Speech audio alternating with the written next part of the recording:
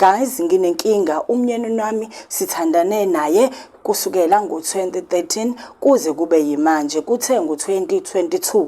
Waqala izinkinga umyeni wami wangifonela wathi kukhona omunye usisi ofuna kungisiza angifakele emabhizinisini akhe. Ngathi-ke mina umazelaphi, wathi-ke umazela emsebenzini wakhe bayaxoxa naye. Mina-ke ngamtshela ukuthi angiyizwa le nkulumo yakhe, wathi uzomnika inamba yakhe lo sisi angifonele. Sisi angifonele kuthe ngakapheli isikhathi esingakanani wangifonela futhi umyeni wami wathi ngithi ngikutshele ukuthi sekunomuntu engithandana naye unamamiliyoni, so wena kumele umamukele.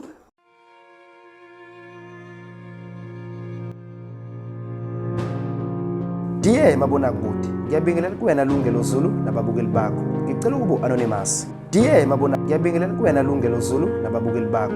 Ngicela ukuba anonymous. Ubukele we-Select Africa TV, uhlelo olubukele ngalesikhathi Dear Mabonakude. Mina nginguSinenhlanhla. Uhlelo-ke la usuke khona wena mbukeli usibhalele ngenkinga obhekene nayo noma ngesimo esikwehlele la odinga khona imbono noma usizo kubabukeli be-Select Africa TV. Nawe-ke nikuvumelekile ukuthi nombani angasibhalela udaba lwakhe sikwazi ukuthi-ke simtholele usizo.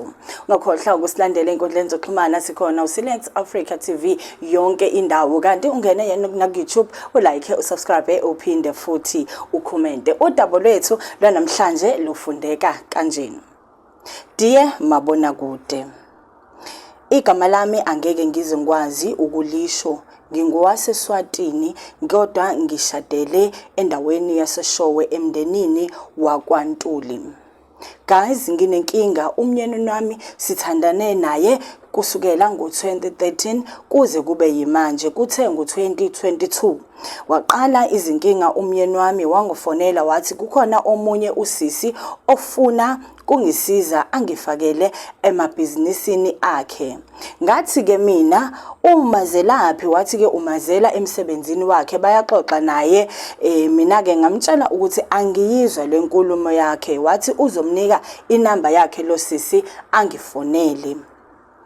Sisi angifonele kuthe ngakapheli isikhathi esingakanani wangifonela futhi umyeni wami wathi ngithi ngikutshele ukuthi sekunomuntu engithandana naye unamamiliyoni, so wena kumele umamukele. Ngakhala wathi angamukele ngoba lo sisi uthi ufuna ukuba owesibili futhi lo sisi uze ngokuzosiza mina. So nganqaba konke lokho ababe kusho kimi. Uthe esuka wamnika inamba yami ukuthi angifonele. Ngayibamba kanti lo sisi uthi kimi akezile kabi, akafani namanye amantombazane. Uma ngabambisana naye kuzoba right. Ngacisha ifoni wangithumela iSMS washo lokho. Ngase sengimbuza umyeni wami ukuthi ukuthathaphi ukuthi anike lo sisi inamba yami engacelanga kimi. Wathi ubone ukuthi ngomuzwa kangcono yena ngoba singabesifazane sobabili. Uthi impilo yami yashintsha lapho. Umyeni wami wangaphinde wangiphatha kahle, sihlezi silwa njalo. Uma ngimfonela akasawabambi ama-calls wami futhi ngisho ngifuna ukumvakashela uthi angingezi, uyena ozongitshela ukuthi ngize nini. Uthi-ke lo sisi ufuna ukuthi-ke eze la ekhaya azoba unumber 2. Nemali yasekhaya angasayifaki ngendlela, wagcina esevala ngisho ikhadi lakhe lasebhenki. Kwaba nzima kakhulu. Kuthe ngoNovember ka-2023 ngaya kuye ngayocela imali yezimpahla yezingane. Ya December saxabana, wahamba wangishiya endlini, wabizwa ilo sisi ngoba lo sisi umfonela noma inini akangihloniphi ngisho ngikhona njengonkosi kwazi lakhe. Uthi salwa ngaze ngamphuca ngisho ikhadi lasebhenki. Uma ebuya ufuna ukungibonisa ukuthi ungubani yena. Wahamba kuthe ebuya wangishaya, ngafuna ukumbophisa waxolisa, ngamxolela. Uma ngimfonela ifoni ibanjwa ilo sisi. Uma ngibuza ukuthi ufunani, uthi ufuna umyeni wakhe. uthi kuyimanje okunye umndeni wakhe ngawutshela bambiza ukuthi ke akahlale phansi kukhulunywe wathi akafuni yena ukubhedelwa yena noma bengakhuluma angeke ayeke kogcina yena naye lo sisi athandana naye. Uthi ingane ihleze igula akayisupport ngisho igula kangangokuthi igula njengamanje kuthiwa iyabangwa idinga usiko ngenxa ukuthi kuthiwa ibangwa izidala. Uthi angeke aze ayingene. Uthi ngiyathemba kunina thimba likadiye mabonakude nizongisiza ngoba ngiyasaba ukushiya umshado wami ngenxa ukuthi kunzima ukuqala phansi. Ngiyasaba nanokuthi abantu bazothini. Ngiyethemba usizo ngizoluthola. Ngiyabonga. Udaba lukadadewethu ke luphela kanjalo. Udadewethu naye ke uyayidinga imbono. Ungakwazi ke ukuyishiya mbukeli ungene kuwo wonke ama social media platforms wethu ushiye umbono wakho ngalo lolu daba. Kanti ke uyazi ukuthi kohlelo lwethu sisuke ke udaba esuke usinike lona noma usibhalele lona sisuke silidingida nosisi uNokuthula Dumakude, udirector weNokuthula Dumakude Foundation, aphinde abe umbhali wezincwadi, aphinde futhi abe motivational speaker. Sisinokuthula asikubingelele sikwamukele ohlelweni Diye Mabonakude. Sisinokuthula asikubingelele sikwamukele namhlanje ohlelweni sinodaba la olunzima kodwa ke ngiqale kulike ithuba ubingelele nakubabukeli. Ngiyabingelela sisine, ngiyabonga kakhulu. Ngiyabingelela ababukeli be-Diye Mabonakude. Siyajabula namhlanje ukuthi sinani again sizozwa futhi ukuthi yiphi la esingangenelela khona, kukuphi la singabeka khona uvo lwethu odabeni luka Anonymous.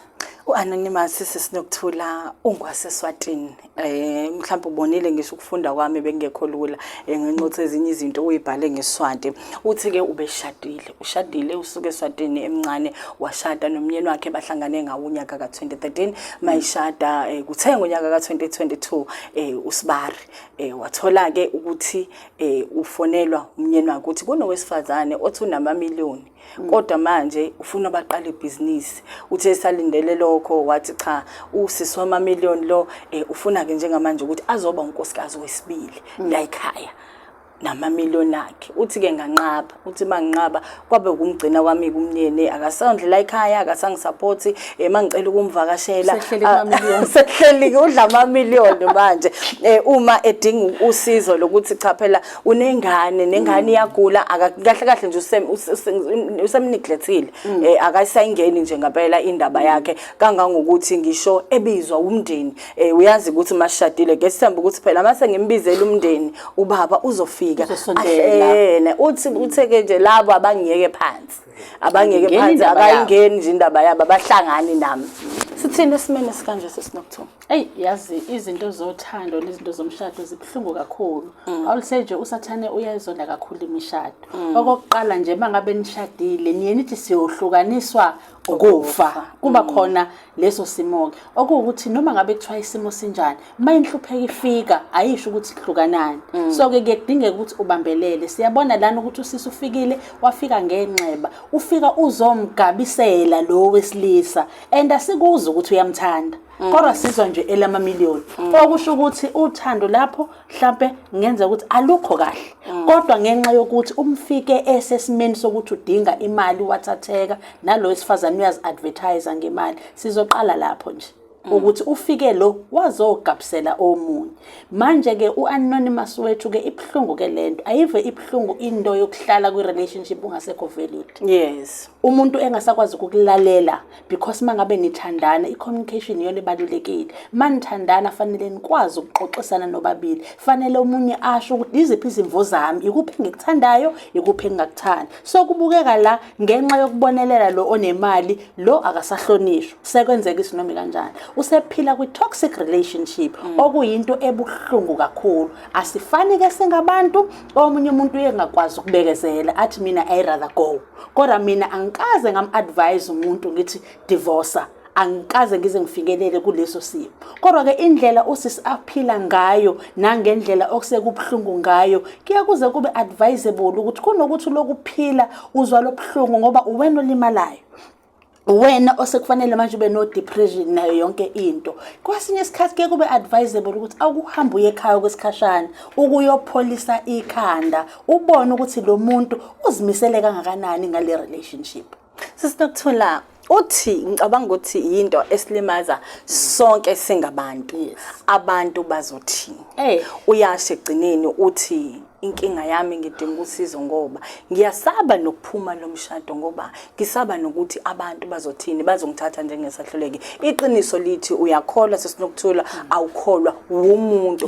Vele thina singabantu sedlisiza ukuthi hlaze sinento zesithi lo wahlulwa umendo kwasha kwacima ngempela. Nansi ngicabanga ukuthi mhlambe Sisinokuthola masiqala la isekuthenini ke sikususa kanjani lokho ukuthi before I decide ngoba ngicabanga ukuthi unayo i-decision but ivinjwa ukuthi abantu bazothini. Hey, this bantu bazothini syndrome is a syndrome ephethe abantu abaningi abahleli kuma toxic relationships ngenxa yokuthi basaba ukuthi abantu bazothini. Into engiye ngisho ke mina ngiye ngithi awukuhlale nawe nesibuko ukuzibheke uthi sine uzithanda enough ukuthi awuzuhlala endaweni toxic ngoba uthi wenzela abantu because umuntu oshiswa zicathulo uwena sine umuntu akekho lapho. So ke mangabe ngempela sezikushise ngokwanele icathulo uwena uthatha i-decision ukuthi uhlale esibukweni ukhale uthi sine uwena kodwa lo ngaphila kanje ngoba phela lesikhathi bonke ubuhlungu buya enhlizweni buyakhela.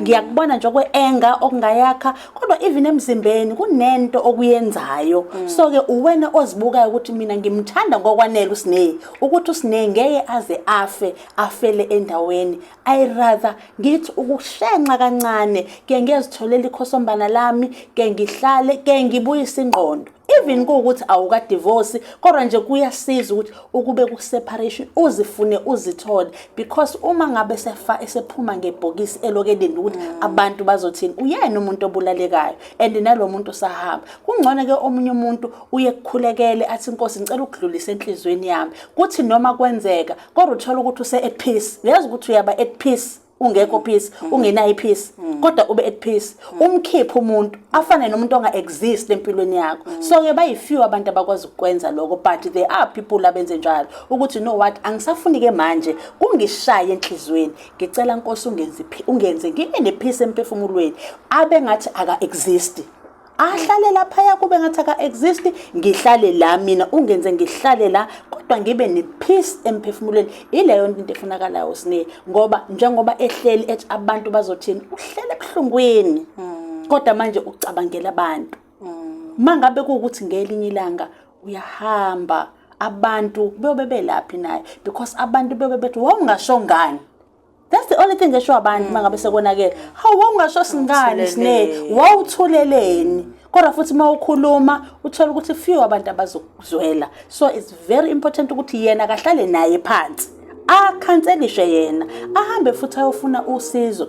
Bakhona abantu abangama psychologist ahlale phansi abe nama therapy azakwazi ukuphola ngoba uyambona umbukeli wethu ukuthi uwounded ubhlungu enhlizweni ubhlungu emphefumulweni uhleli kuyoba umuntu ukuthi ubusuku nobusuku uyacabanga ukuthi kambe nkosami kazi namhlanje kuzosa kunjani. Awukwazi ukuforce umuntu. You cannot twist the arm yomuntu mayetha kasakuthanda. Usathathekile la ithatheke khona abanye bayahamba baphinde babuye ngoba nala eye khona awazi ukuthi mhlathu yaphela leyo mali uyobuya noma uyakwenzakalani. Uyayibona leyo nto mhlambe ukulungisa lesimo Sisinokuthola. Lento iqale ngowesifazane. To omunye umuntu wesifazane. Nginemali mina ngitsibona indoda ngithandana nayo ngiyayazi eshadile ngiza ngiba nesibindi sokuthi ngithathe ifoni ngimfonela ukuthi uma kukuthi awuvumelani but uzohleze ngowami. Uthini umbono wakho? Uthina ke njengamanje woman to woman? Leyo nto leyo ayinhle nakancane. Ayinhle ngoba manje usebenzisa ipower yokuthi unemali of which it's wrong ukwenza kanjalo ngoba ngelinye ilanga ngithi no whatever you do okomunye umuntu ngelinye ilanga nawe izokubuyela. ungathatha 1 year abantu baze bakhulume ngekhama abanye kodwa nawe izokubuyela ukuthi usambona ekuthanda ngenxa ukuthi ugabisa ngama-million uhlukumeza omunye umuntu wesifazane ngelinye ilanga uzothola banama billions definitely kusho ukuthi lo muntu yena akahlali ngenxa yothando kodwa uhlala ngokuthi umuntu nani uyayibona leyo nto leyo nokuthi azamnike access ukuthi azamnike ifoni afonele unkosikazi wakhe ukumdisrespect lokho uyayibona ukumdisrespect okwangempela and siyezwa futhi ukuthi usemshaya nokumshaya uyayibona into enjalo ukuthi sekungena manje ezinye izinto okungathi mangabe eboshwa bese kuthi abantu besifazane bakhohlakele usembophisile kanti ngempela mayisemshaya sekuyinyo phela into leyo sidinga futhi kungenele abantu bomthetho kodwa ngenxa yokumthanda uyaxolisa aphinde futhi uyayibona impilo ayiphilayo ukuthi ibhlungu kangakanani it's so painful okwangempela kodwa nje ku painful kunjalo akathathe a firm decision akafune uncedo aye ku counseling ahamba ama sessions aze aphole pray God will help her uNkulunkulu uzoba naye because isituation ebhlungu and akashongo ukuthi uyasebenza yini kubuye ngathi mhlawumbe umuntu ongasebenzi olinda leyo mali ayinikwa ilo baba kumbuhlungu uyazi enye into engeke ngisho mina umuntu akazidevelop yena yazi the more uba busy wenza izinto la kuthiwa khona kuhlangene abantu besifazane kuyakhiwa in skills development uyaya even ithiwa kwakhiwa peanut butter uyangena so yena akabe nento anayo and umuntu mangabe khula uba nayo hobby yakhe abambelele kwi hobby anayo and as-develop ahlangane nabanye abantu besifazane azama ukuthi azenze busy yena as-develop yena the more as-develop yena ngoba mase kunje sekudingeka kube uyena osidevelopayo the more esidevelopa yena enyuka yena uzozibuyela lo mangabe ukuthi kwakuubambo lakhe bedaleleni bogcina behleli forever uzobuya bahlale beba right ngoba kubukeka ngathi uyamthanda umuntu wakhe uyamthanda asise unokuthola umuntu wakhe futhi uyasho ukuthi bakithi ngihambile ngisuke eSwatini ngeze South Africa ngazothola lensizwa sisinokuthola uyazi Select Africa TV ikhona yonke indawo if bewunganika ithuba lokuthi ukhulume nomkhonyana hleze ubukele njengamanje ngoba udaba lakho ngisho ngawo anonymous kodwa uyayazi le ndaba ukuthi le ndaba ka eyami ungathene kumkhonyana owenza lento nakubani ongarelate kule story umkhonyana kasisi nezinye nje insizwa nabanye obaba abazibona sebehleli nabantu ngenxa yokuthi babona bephumelele ngithi mina umuntu akake hlala esifungweni sakhe sokuthi wavuma ukuthi uthatha unkosikazi and uNkulunkulu uyakubless ukuthi ushade fanele uthembeke kumuntu wakho ayikho into ebhlungu ukuthi uthatha umuntu umlande ezweni lakubo bese ke efika masumlethile kuleyo ndawo bese ungamphathi kahle ngithi nje mina akufike lokuziqonda wazi ukuthi ufunani empilweni yakho ufuna uthando noma ufuna imali because once waqala wathandana nomuntu wesifazane onemali owaziyo futhi ukuthi uze ngenxa yemali uzo end up ngisho ngakuthiwa usho wena kodwa uzo end up uba wena umama kuleyo ndawo because uzofuna ukuthi kuhambe according to ama plans akhe noma ngabe kuthiwa uyathanda awuthandi uzophila under her shadow iyona yini leyo nto ke into ofuna ukuyiphila wena kade unonkosikazi wakho owazi ukuthi uyakuhlonipha ulethela ngetray ukwenzela yonke into mase kulapha ya uzokwenza kuzokhala sakhe isicathulo and uzokubona ukuthi indoda engenamgogodla ngelinye ilanga uzothola omunye usale kanjalo so ke the best way iba nomgogodla mangabe umuntu wesilisa respecta umuntu wakho wazi ukuthi awumhlekanisi nabantu ngoba into nento oyenzayo iyabuya futhi ikubuyele ukuthembeka emshadweni ukuthandana emshadweni noma kunjani mani nezifungo nibe kuNkulunkulu phambili nazi ukuthi umshado uyathandazelwa uNkulunkulu uthi umuntu ongayakhi indlu uyakhela ize la ukhona fikela ukuyiqonda uhambe uyocela uxolo kunkosikazi wakho uyafika uzocela uxolo umshayile wamrejecta wakhohlana ingane wayikhohlana uthuzele wazi wamtshela ukuthi yenza ukuthandayo uma ke esefika uzoxolisa yini elindele ukuthi yenziwe udadewethu Anonymous umuntu mangabe sexolisile ayikho enye into ongakwazi ukuyenza as much as uxolo goes a long way awumane nje uxolele bese kuba normal ngoba umuntu uqala ungamthembi ngoba njengoba kade enze kanjena wahamba bangabe sebuyile awumthembi kuthi noma ngahamba mhlambe endaweni abuye late ushawa uvalo uthi oh nkosami mhlawumbe usehambile oh nkosami mhlawumbe ngoba vele uke wahamba mhlawumbe akasezubuya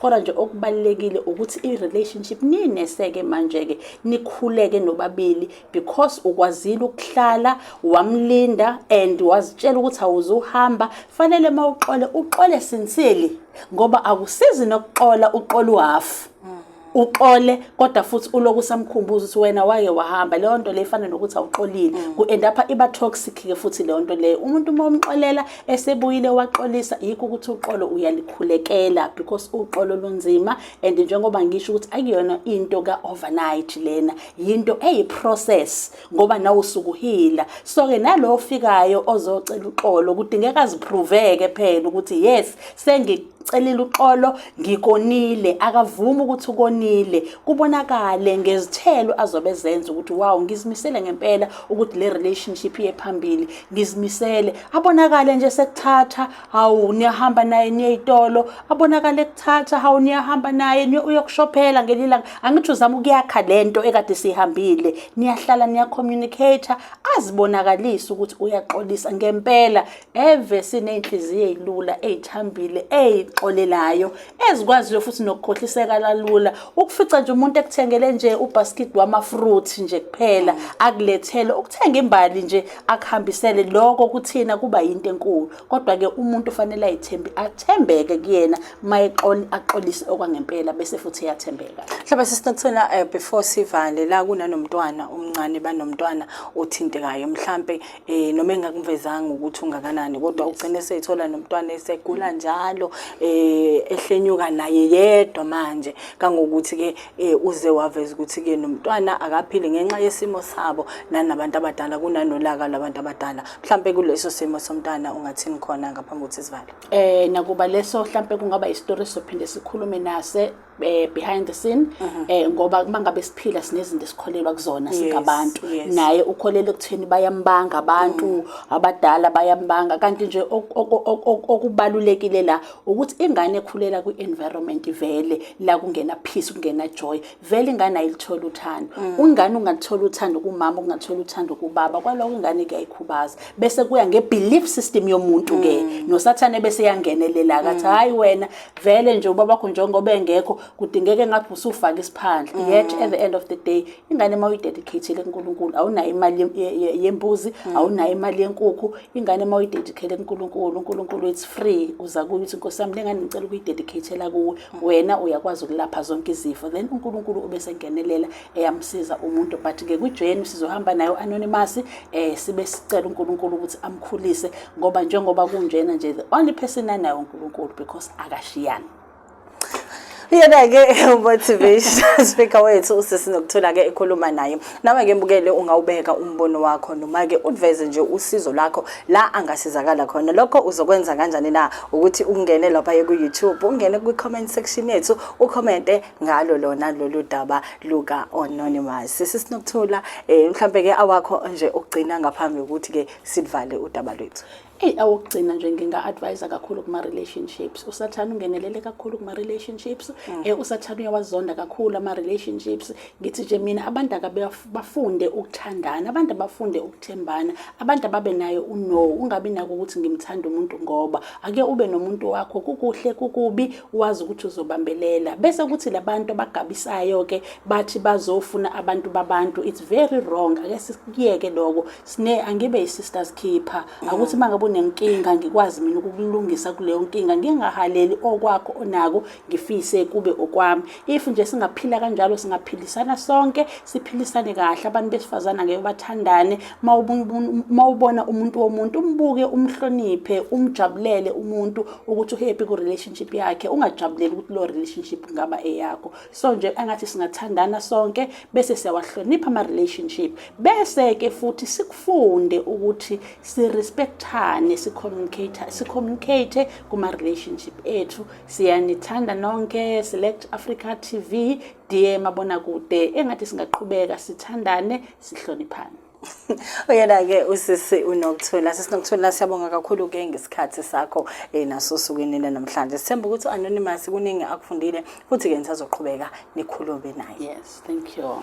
Dear Mabonakude, isihlelo lethu namhlanje sizolibeka-ke la sithemba ukuthi-ke nawe mbukeli khona umbono wakho ozofaka ozogcina umsiza u-Anonymous wethu wanamhlanje. Ungasabi nawe hleze unenkinga ofisa ukuthola kuyo isisombululo, ungasibhalela-ke kukhona kuwo wonke ama-social media platforms we-Select Africa TV. Ngicabanga ukuthi azovela nje khona la ku-screen, uphinde futhi ungene ku-YouTube, like, ucommente, uphinde futhi usubscribe. Le iDear Mabonakude kwi-Select Africa TV. Mina nginguSinenhlahla, asibonane ngesikhathi esilandelayo. Siyabonga.